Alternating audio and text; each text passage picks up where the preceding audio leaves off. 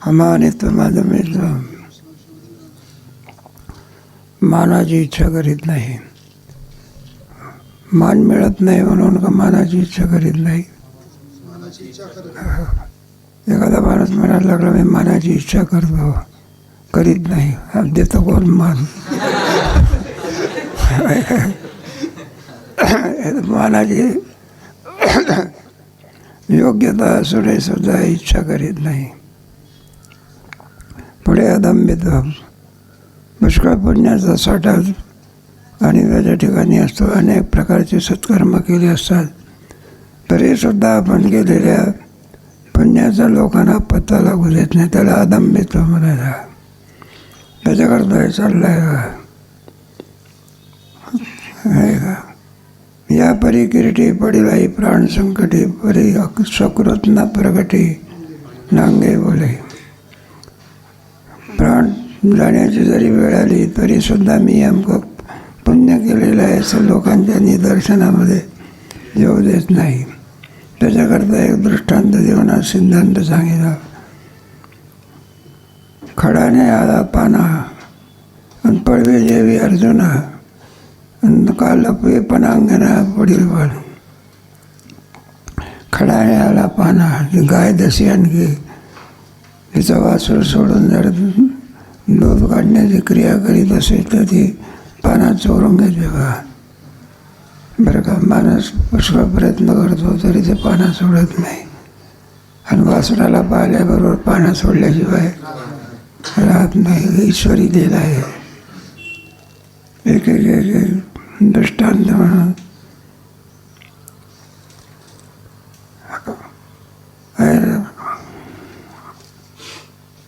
पाना काय पळवी खडाने आला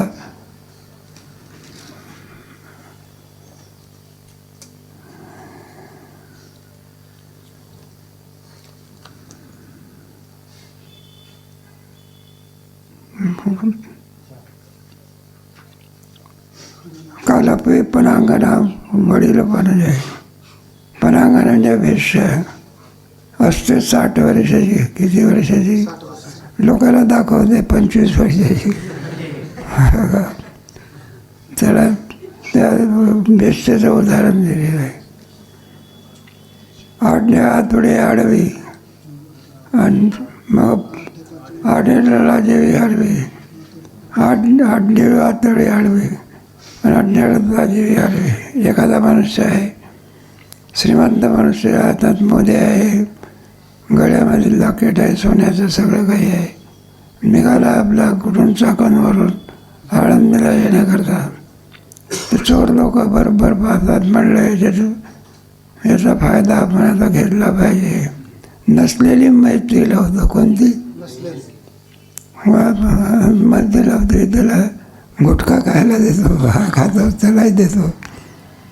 लोकांना वाटते, त्यांना वाटते फार प्रेम करून राहिलेला आपल्यावर नाही. मग तो बघतो बघा बरोबर. मग काय करतो तो? अरे म्हणला मनुष्य आहे पण हा दिसतो तसा. मग असलेले अंगठ्या आणि मोद्या आणि लॉकेट काय करतो? लपवून ठेवतो, काढून घेतो.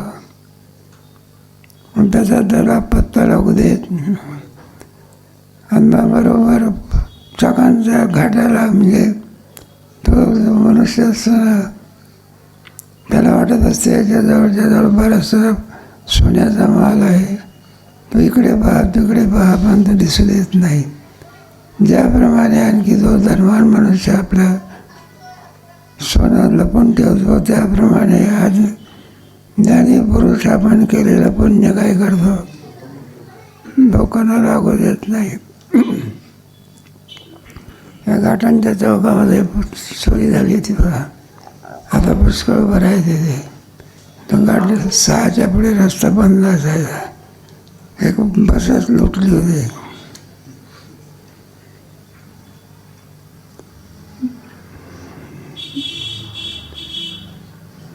काय दुसरा दृष्टांत आहे. नाव तरी कुळवादी लपवी अवयवात हे बरं काही सगळ्या पूर्वीच्या काळातलं वर्ण असल्यामुळे आताचा काल वेगळा आहे. आताचा काळ असा आहे, जितके अवयव दिसतील तितके लोकांना दिसावे म्हणून कपडे फार वापरतात, कमी वापरतात. काळ आहे तसं नाही. आता जास्त उदाहरण करून सांगणं नाही. आता हे पाश्चिमात्य संस्कृती आहे, कोणती जोरात येऊन राहिलेली आहे.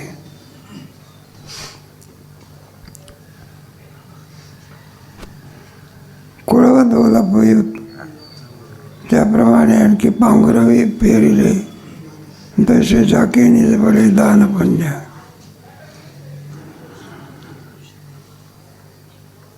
कृष्णाला आपले आणि पांघरवी पेरले. मध्ये आपण जे काही पेरलं असतं शेंगदाणे पेरलेले आहे. उघडे दिसले तर माणूस पशुपक्षी तर खातीलच खातील, पण मानसिक सुद्धा काय ताव मारते. मग ते त्याच्यावर माती पडली पाहिजे म्हणून ते शेतकऱ्याचा दृष्टांत या ठिकाणी दिला. तसे झाकेनी पुतळे दान पुण्य, दान करण्यामध्ये किंवा देण्यामध्ये त्याच्यासारखा श्रीमंत नसतो, पण मी इतकं दान केलेलं आहे असं लोकांच्या दृष्टीला काय करू देत नाही. तो शील स्वभाव त्याला आहे. दान करणं हा काय स्वभाव आहे. ते किती जरा श्रीमंतच मनुष्य दान करू शकतो, गरीब मनुष्य दान करू शकत नाही, असा आपल्याला प्रश्न करता येत नाही. तेव्हा आपापल्या परीने प्रत्येकजण आपला, एक श्रीमंत असेल 5,000 देईल, सामान्य असेल 500 देईल, त्याहीपेक्षा गरीब असला तर 50 देईल, आणि त्याहीपेक्षा गरीब असेल तर 5 रुपये देईल. दान सर्वांचं कसं आहे, सारखं आहे, पण त्याचं सील असतं. इथे एक म्हातारा होता बघा, तो काय करायचा, दान करणं त्याचा असा दिवस जाऊ देत नसे की त्याच्यात त्यांनी दान केलं नाही. ते दान करायचं ते मामासाहेब दांडेकर असायचे, काही फळं घेऊन यायचं. ते मामा रागवायचे त्याच्यावर. ते म्हणले एक कशाला हे रोज आणतो तो, आम्ही काय टोपलं आम्ही पेरू खात असतो का. रागावला तरी दुसऱ्या दिवशी पुन्हा घेऊन यायचाच बघा तो. शेवटी लोकांनी सांगितलं, म्हणले मामा तुम्ही रागावता पण त्याचा स्वभाव आहे, तो आणल्याशिवाय राहणार. स्वभाव दुरतिक्रमा दान. इथे एक शामभाव देवा म्हणजे फटवाले धर्मशाळेच्या शेजारी धर्मशाळा होती. तिथून लाभारीच लोक आंधळे पांगळे गरीब वगैरे असे असायचे. ते मग जाणं होईना, ताप आलेला आहे, मधुकरी कोण देतो त्याला. मग तो काय करायचा, आपल्याजवळ जेवढी काही मधुकरी मागून आणली त्याच्यामध्ये गाय दिसली तरी तिला चतकोर भाकरी काय करायचा. रस्त्यात गाय दिसली तरी तिला चतकोर भाकरी. म्हणजे लावारिस लोक असते, ते लावारिस लोकांना जाऊन त्यांच्या जवळ जाऊन काय करायचा, भाकरी द्यायचा. त्याला किती सांगितलं तुम्हाला भाकरी खायला नाही, तुम्ही दुसऱ्याला देतात. दान करणं हे त्याचा काय सीड आहे. दाणी मनुष्य असा कृपण मनुष्य असं बरं का, जे साठवून धन ठेवतो, जे साठवून धन ठेवतो, दानही करत नाही, स्वतःही खर्च करत नाही, आणि चोर आले तर लुटून गेल्याशिवाय. तेव्हा आणखी जोडून या झालं आणि उदास विचार दृष्टांत सांगितलं. वरी वरी देव न पूजी लोक सुख लोकात वेंदारंजी, आणि स्वधर्म वागलो जे ह्या अलीकडचा प्रकार आहे ना. आपल्या लोकांना लाकीट दिसलं पाहिजे, मध्ये दिसले पाहिजे. एका बोटात घालण्याच्या ऐवजी कोणा लग्नाला चाललं तर 5 बोटामध्ये काय घालतं, म्हणजे 5 बोटात नाही, अंगठ्यात कोणी घालत नाही. याची काही आवश्यकता नाही, कोणी विचारत नाही, काही नाही. ती माणसं बसलेली असते, अहो इकडून हात आहे लोकांना काय दिसलं पाहिजे. हे सगळे दृष्टांत असं चाललेलं आहे. एक एक एक दृष्टांत म्हणून लोकात नरंजन भाग स्वधर्म वागतो जी बांधवण्याने. स्वधर्माप्रमाणे वागतो, पण मुखाने कधी मी धर्माप्रमाणे वागतो असं लोकांना दिसू देत नाही. परोपकार न बोलले न मिरवी विद्यासिरे, पण सगळं परोपकारी जीवन असते. एखाद्या व्यक्तीच्या ठिकाणी पाहा तुम्ही, सगळा देह क्रिया परोपकाराकरता असते. परोपकार न बोले न मिळवे अभ्यासले. आपण जो काही अभ्यास केला असेल त्याची लोकांमध्ये वाहवा करून घेत. एखादा नाही तर एखादा कीर्तनकार म्हणा, कीर्तन टीका म्हणून नव्हे, काही नाही बघा, एखाद्या ग्रंथात एकच श्लोक पाठ असतो, किती जोरजोरात 3-3 वेळा. लोकांना वाटतं, म्हणलं का हो चांगलं ज्ञान असलं पाहिजे. म्हणलं आम्ही ग्रंथ सोडवण्याकरता यावं का तुमच्याकडे? म्हणलं एकच श्लोक पाठ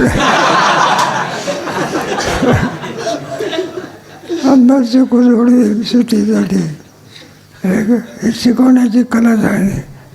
नाही आपल्याला काही विद्या मिळते, पाश्चिमात्य संस्कृती पैसा द्यावा लागला. मुलाला फुकट शिकवते का फी द्यावी लागते. भारतीय संस्कृतीमध्ये फी देत नसते, उलट त्याला पूर्ण करून काय करायचं. गुरुकुल पद्धती कोणती पद्धती?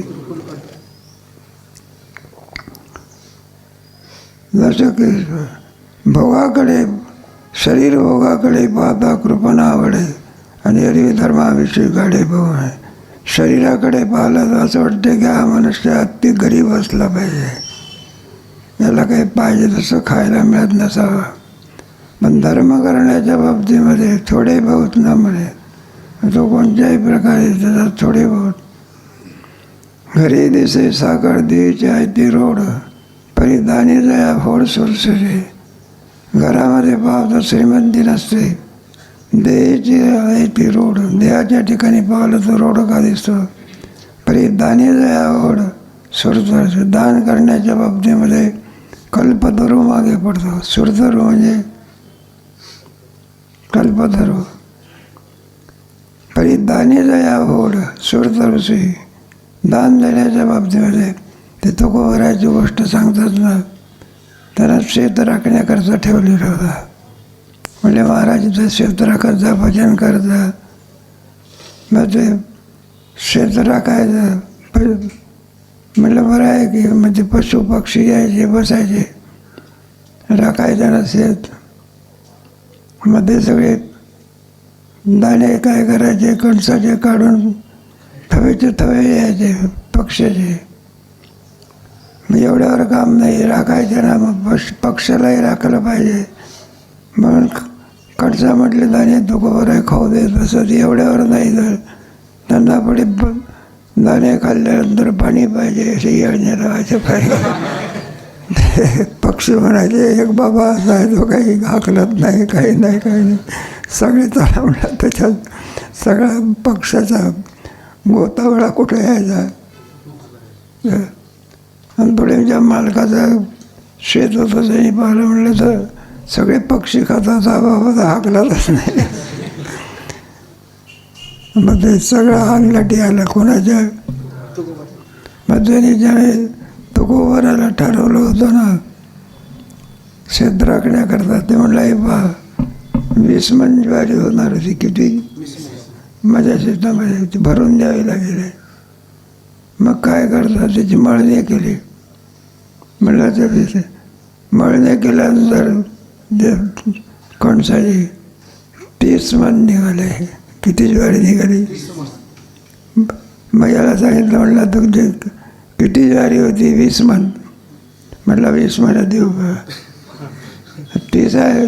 30 म्हणलं 30 मन निघाली ना. म्हणलं ही बात तुझी जेवढी होती, जास्त बोलायचं नाही.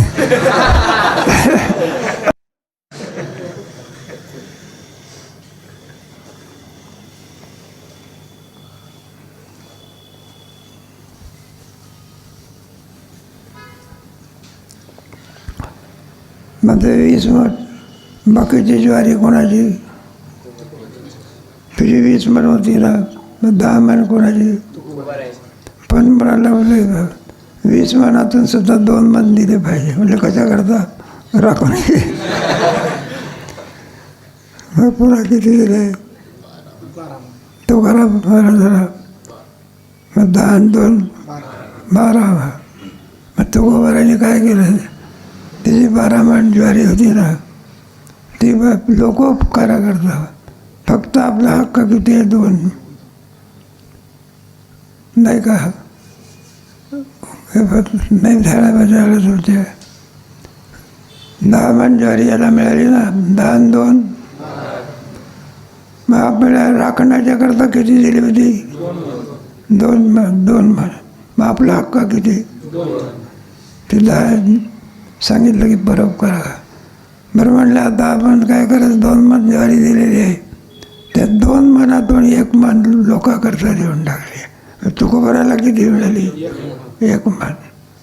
याला म्हणतात दानी दया होड सुरतरू आहे. बरं बरंच तुकोबाराच्या ह्याच्यामध्ये आता ते खरं आहे का? भक्ती विजय ग्रंथामध्ये काही ऊसाकडे गेले होते कुठेतरी हे करण्याकरता. ते ऊसाची गोष्ट सांगतात, कुठं तेलाची गोष्ट सांगतात. ते भक्ती विजय ग्रंथ आहे ना, त्याच्यावर सगळ्या भक्ताच्या गोष्टी सांगितलेल्या आहे.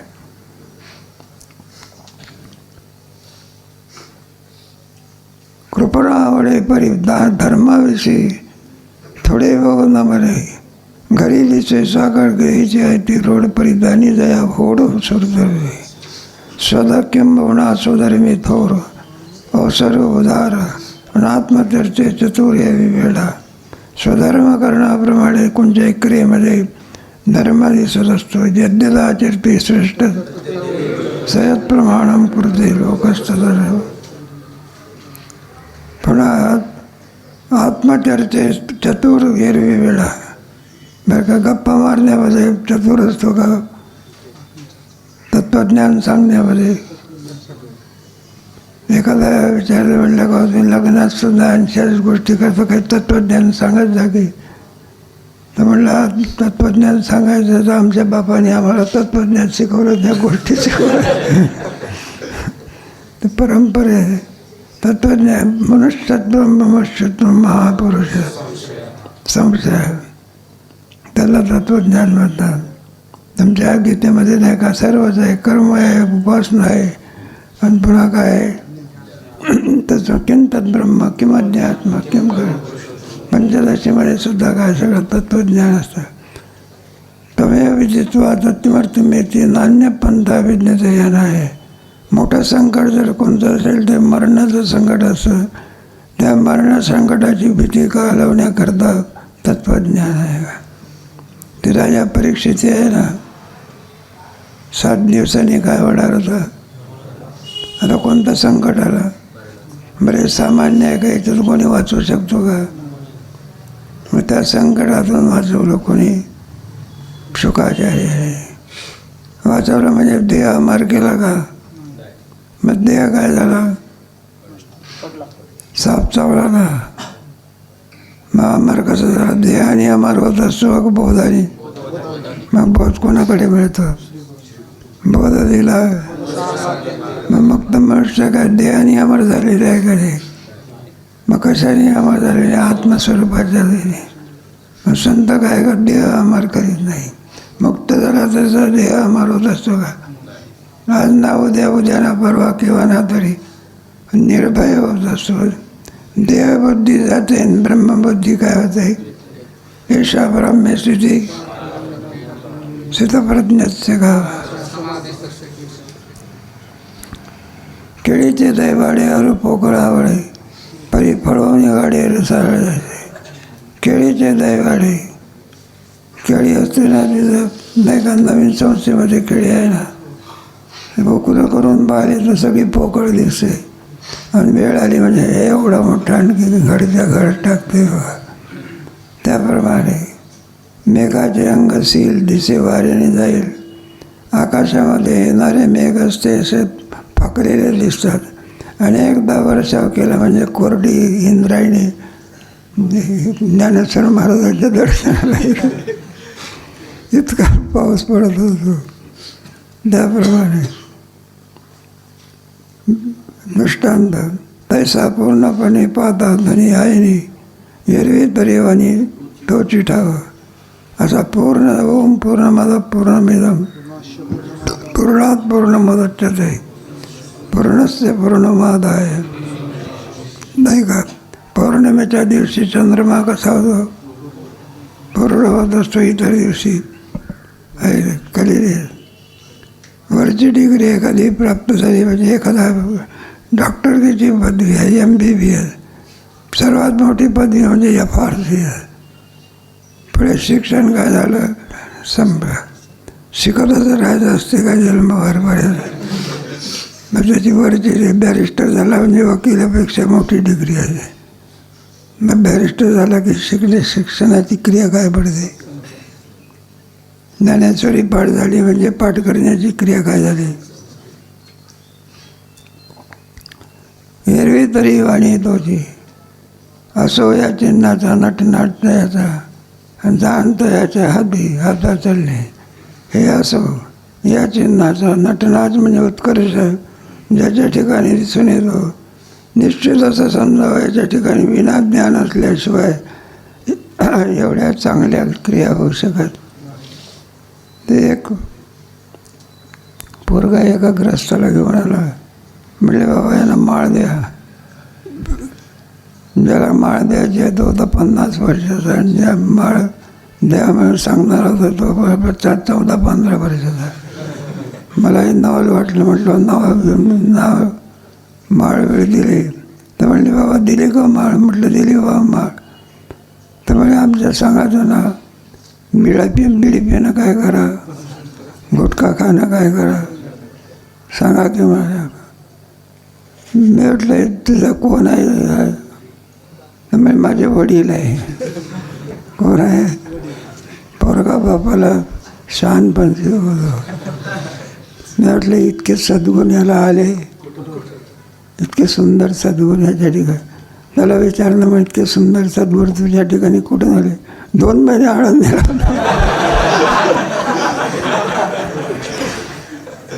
स्थान महात्मा म्हणतात. काय म्हणतात, न सांगता की कोणाची बिडी पिणं काय होते ते सांगावं लागत नाही. वातावरणच तसं असते. काय ते इथं सांगावं लागत असते का गंध लावा म्हणून. आणि दुसरीकडे लावलेला गंध पुसून टाक.